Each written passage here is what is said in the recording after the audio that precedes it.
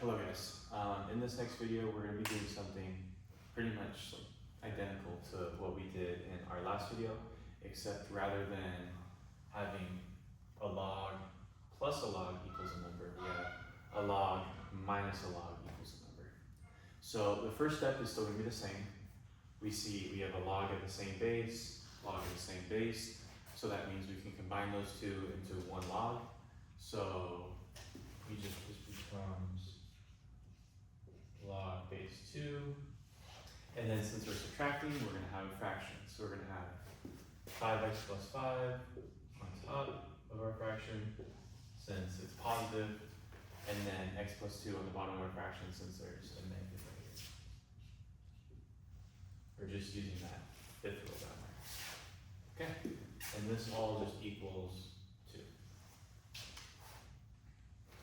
So now, just like in our last video, we need to recognize that what we have here, this is the same form of what we have over here on our original log formula.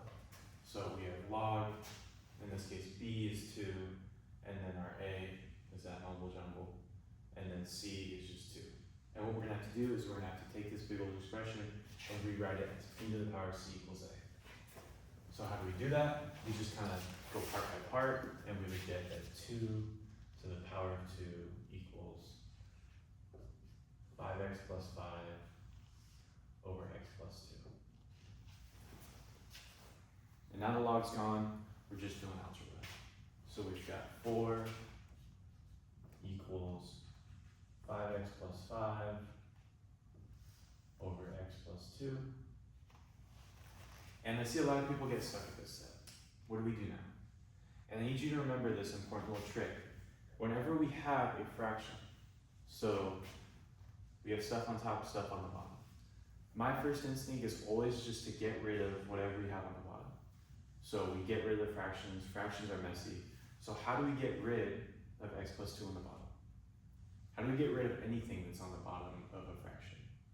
And all you have to do is multiply both sides by whatever is on the bottom right there. So on the bottom in this case is x plus 2. So we're going to multiply. We're going to multiply both sides by x plus 2. Multiply both sides by x plus 2. And when you do that, when you multiply a fraction by the denominator, those are going to cancel out. And we're just left with, let's see, we multiply here, we're left with 4x plus 8 equals 5x plus 5. And now this is a lot easier to solve. So I'm going to do that over here. So we have 4x plus 8 equals 5x plus 5. And we're just trying to get x by itself. So you can do this many different ways. I'll just start off by subtracting the 4x from both sides. These cancel, drops. You're left with 8 equals x plus 5. Then we can subtract 5 from both sides, and we would get x, or 3 equals x equals 3, whatever. And then we just verify real quick that this works. We plug in our log. You don't need to do any of the work, just look at it.